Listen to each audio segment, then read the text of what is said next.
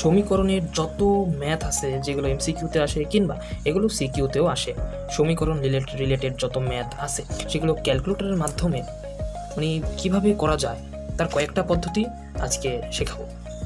তো প্রথমে এই সমীকরণটা নেই, এখানে এই সমীকরণটা দিয়েছে এবং বলেছে যে এটা এক্স এর মানটা কত এখান থেকে বের করতে হবে। তো এটা বীজগণিতের একটা মিডল টার্মের মাধ্যমে হয় কিংবা দ্বিঘাত সমীকরণ, সেটা আমরা জানি। তো এটা প্রথমে একদম সোজা সাপটা যে পথ, এমসিকিউর ক্ষেত্রে তো অপশন চেক করা যায়, কিন্তু সোজা সাপটা পথ মানে আমি প্রথমে সমীকরণটা তুলব, এক্স স্কোয়ার মাইনাস 6 তারপর আবার এই এক্স প্লাস 9 আলফা এই যে লাল সমানটা তারপরে 0। এখন আমাদের সলভ যে ফাংশনটা এই ক্যালকুলেটরে আছে সেটা ইউজ করতে হবে।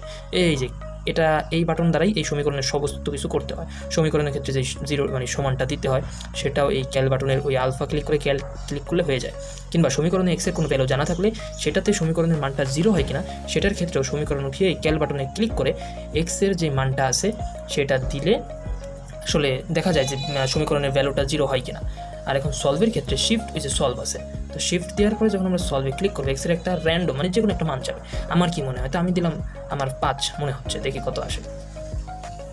এটার যে ভ্যালু এক্সের ভ্যালুটা 3, কিন্তু আমরা কি জানি দ্বিঘাত সমীকরণ যদি স্কোয়ার, তো এক্সের অবশ্যই আরেকটা ভ্যালু আছে, তো সেটা কীভাবে বের করবো। তো এটার ক্ষেত্রে এই 3 দ্বারা করলে খালি 3ই আসবে, আবার অন্য একটা র্যান্ডম দিতে পারলে ওটার কাছাকাছি হলে তারপরে ওটা দেখাবে যেটা 3 থেকে দূরে, কিন্তু ওই যে অন্য যে অ্যান্সারটা আছে সেটার কাছে। তো এটা আসলে আমাদের বের করা খুবই কষ্ট হয়ে যাবে। আমরা মানে এমনি মানে কেমনি বলবো যে এটা হবে ওটা হবে, বলা তো কঠিন, তাই না? তো আমরা যাব দ্বিঘাত যে সমীকরণটা আছে এই ক্যালকুলেটর কিংবা ES প্লাসেও আছে, তো আমরা যে মোডে যাব, মোডে গেলে নিচে আসতে থাকবো ইকুয়েশন অ্যান্ড ফাংশন যেটা আছে তোমাদের যে ES প্লাস, সেটার ক্ষেত্রেও ইকুয়েশন এবং ফাংশন নামে একটা মোড থাকবে। তো সেখানে গেলে ইকুয়াল প্রেস করব। এখানে এই ক্যালকুলেটারে দুইটা দেখাচ্ছে, ওখানে সমীকরণ আকারেই থাকবে যেটার উপরে এরকম দ্বিঘাত সমীকরণ, সেটাই ক্লিক করলে হবে। আমি এটা দিয়ে শেখাচ্ছি, পরবর্তীতে আমি ওটা দিয়েও শিখিয়ে দেবো ES প্লাস দিয়ে। তো এটা আসলে পলিনোমিয়াল ফাংশন। তো পলিনোমিয়াল আছে কোথায়? 2 নম্বরে ক্লিক করব। এখন এটা যে চাচ্ছে যে পলিনোমিয়াল ডিগ্রি, অর্থাৎ এটা সর্বোচ্চ ঘাত কত, স্কোয়ার মানে 2। তো আমরা এখানে 2 দেবো। 2 দেওয়ার পরে ওই যে আদর্শ সমীকরণটা দেখা যাচ্ছে ax square plus bx plus c যে গঠনটা, তো এখানে এক্স স্কোয়ার আছে, তো এখানে এক্স স্কোয়ারের সহগ অবশ্যই 1, দেন -6 আছে, তো -6 হবে এবং শুধু 9 হবে। অ্যান্সার ক্লিক করলে এখানে এক্স এর একটা ভ্যালু, কারণ এটা হলো একটা বর্গের সূত্রে বসে দেখবা, তো এক্স এর একটা ভ্যালু আসে সেটা হলো শুধু 3। কিন্তু এটা আমি শিখে রাখলাম কারণ এর পরের দুইটা যেই ম্যাথ আছে সেক্ষেত্রে আমি 2টা মান আসবে এক্স এর, কিন্তু সেটা ক্যালকুলেটারের মাধ্যমে মানে আন্দাজে বলা সম্ভব না, এটাকে অবশ্যই ওভাবে ফাংশন ইউজ করে করতে হবে। তো 3x square plus 8x plus 4 alpha cal 0 shift cal solve দেবো। এবার দেখি কত, তো এটা তো -0 মানে -666 আসছে। তো এটা আমি জানি না এটা ভগ্নাংশে রূপান্তর করব কিভাবে, এটা আমার সম্ভব না। তখনই আমরা যাব ওই যে ইকুয়েশনে সেটাই এবং সে পলিনোমিয়াল দিয়ে যাব, দেন এই ফাংশন যেটা আছে সেটা আমরা দিয়ে দেবো 3x square and plus 8 and 4 দেওয়ার পরে দুইটা অ্যান্সার আসবে -3/2 একটা এক্স এর মান এবং x2 এর মান আসছে -2। এইটাই হলো এটার অ্যান্সার। তো এইটার যে অ্যান্সারটা সেটা হলো 3 এবং এইটার যে অ্যান্সারটা -2/3 এবং আমাদের -2, এটা 3 -2/3 এই হলো এটার অ্যান্সার। এবং এই যে একটা ম্যাথ আছে এইটা আশা করি কমেন্ট বক্সে পাওয়া যাবে, এই ম্যাথটার অ্যান্সার কমেন্ট বক্সে দিয়ে দেবা, কারণ অলরেডি 2টা ইকুয়ালিটির করানো হয়ে গেছে, যে কোনো পদ্ধতিতে পারলে করবা। তো এই রুটের যেটা আছে ইকুয়েশন, তো এটার ক্ষেত্রে নর্মাল যেই সলভার আছে সেটাই আমাদের এখান থেকে ব্যবহার করতে হবে। তো রুট ওভার দেবো, মানে মেন কথা সম্পূর্ণটাকে উঠাবো। তো 8x প্লাস 9 মানে ক্যালকুলেটর যারা ব্যবহার করে তারা অবশ্যই কীভাবে উঠাতে হয় এই বাটনগুলো জানে। তো প্রত্যেকটা ভিডিওতে এই সম্পর্কে না বলাই ভালো, বিরক্ত লাগে। আমরা প্রথমে উঠালাম, এবার জাস্ট শিফট এসে সলভ, দেন এক্সের র্যান্ডম যে কোনো একটা মান আমরা দেবো, যে কোনো একটা মান। তো আমি এখানে আমি জানি না কত হবে, দেন আমি 3 দিলাম।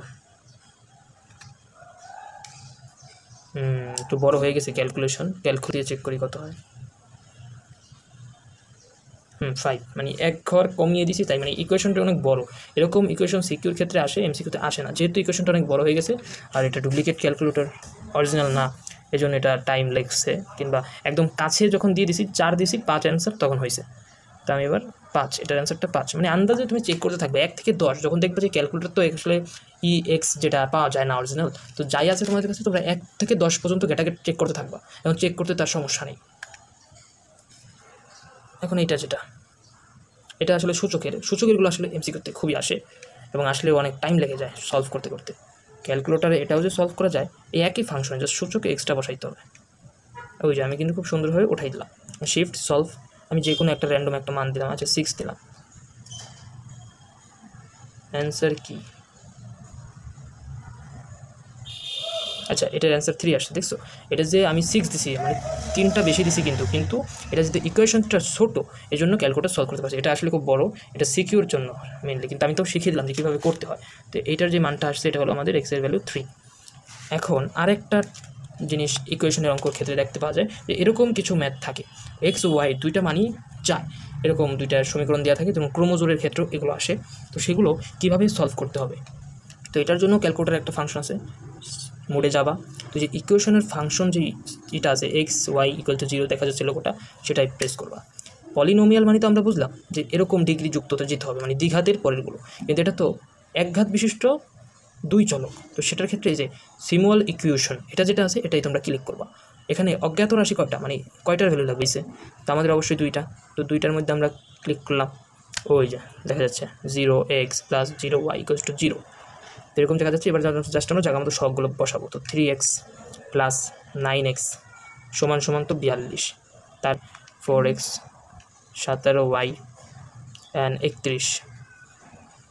এবার আমরা ইকুয়ালি প্রেস করবো, তো এক্সের ভ্যালু দেখা যাচ্ছে 29 আসছে এবং ওয়াইয়ের ভ্যালু -5, তো 29 এবং -5ই অ্যান্সার, তো এখানে হবে 29 এবং -5। তো বোঝা গেল এই ক্যালকুলেশনটা সমীকরণের মাধ্যমে করতে গেলে অনেক টাইম লাগতো, ক্যালকুলেটারে জাস্ট কয়েক মিনিট। এখন ত্রিকোণমিতির ক্ষেত্রেও এরকম সমীকরণ দিয়ে মাঝে মাঝে আসে, এখানে আমি থিটা দেখাচ্ছি, এখানে তোমার চেয়ে বসবে যে tan থিটার মান কত, tan থিটা = হোয়াট, এরকম MCQতে চায়, এবং তুমি ম্যাথ করার পরে এটা রাইট হয়েছে কিনা, কিংবা এই ট্রিক্স দিয়ে সিকিউর ক্ষেত্রে এই অঙ্কটা সঠিক কিনা সেটা তুমি বের করতে পারলা, তাই আমি এটাও শিখিয়ে দিচ্ছি। তো প্রথমে 7, দেন সাইন, আমার তো প্রথমে নর্মাল ক্যালকুলেশন মোডে যেতে হবে, তো আমাদের যেটা 7 সাইন থিটা তো নাই, আমি এক্স দিয়ে করতেছি, এক্স যেহেতু আমাদের থিটার মান লাগবে, এক্স দিয়ে স্কোয়ার দিলাম, দেন +3 আবার cos x স্কোয়ার, মানে 2টা স্কোয়ার আসে গেছে।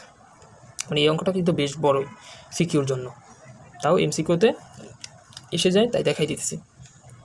আমি জানি না যে এক্সের মান কত হবে, আমি ধরলাম 10 ডিগ্রি মোটামুটি, দেন দেখি ক্যালকুলেটর কী বলে,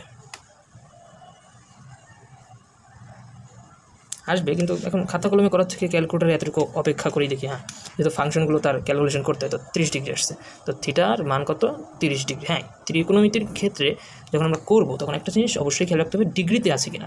আমি অবশ্যই ডিগ্রিতে অ্যান্সারটা নিচ্ছি, ঠিক আছে, কিন্তু যখনই এটা রেডিয়ান মোডে থাকবে তখন কিন্তু ভেজাল হয়ে যাবে। আমি একটু দেখাই দিচ্ছি যে রেডিয়ান মোডে থাকলে কীটা হতে পারে। দেখি এখানে 12 পয়েন্ট সামথিং আসছে, তার মানে কি এখন কি তোমার যথার্থ মানটা আসছে? হ্যাঁ অবশ্যই আসছে, কিন্তু সেটা কীভাবে, আমরা এক্সে ক্লিক করলাম, দেন এই যে একটা মান পেলাম, এটা কি রেডিয়ানের রূপ লাগতেছে না, তো 23/6x রেডিয়ান রূপ লাগতেছে না, তো এটাকে আবার খেলা চলে আসছে, যেহেতু বৃত্তীয় পরিমাপ, তো বুঝতে পারছো, মানে এগুলোর ক্ষেত্রে এত প্যাচ হবে না, জাস্ট খেয়াল রাখতে হবে ডিগ্রিতে আসে না, ডিগ্রিতে থাকলে অ্যান্সারটা রাইট আসবে, তাছাড়া ঝামেলা হবে। তো এই ছিল আজকের ভিডিও, এবং পরবর্তীতে আমি যে ভিডিওটা দেবো সেটা ES+এ ঠিক এইগুলো আমি সলভ করে দেখাবো যে কীভাবে করতে হয়।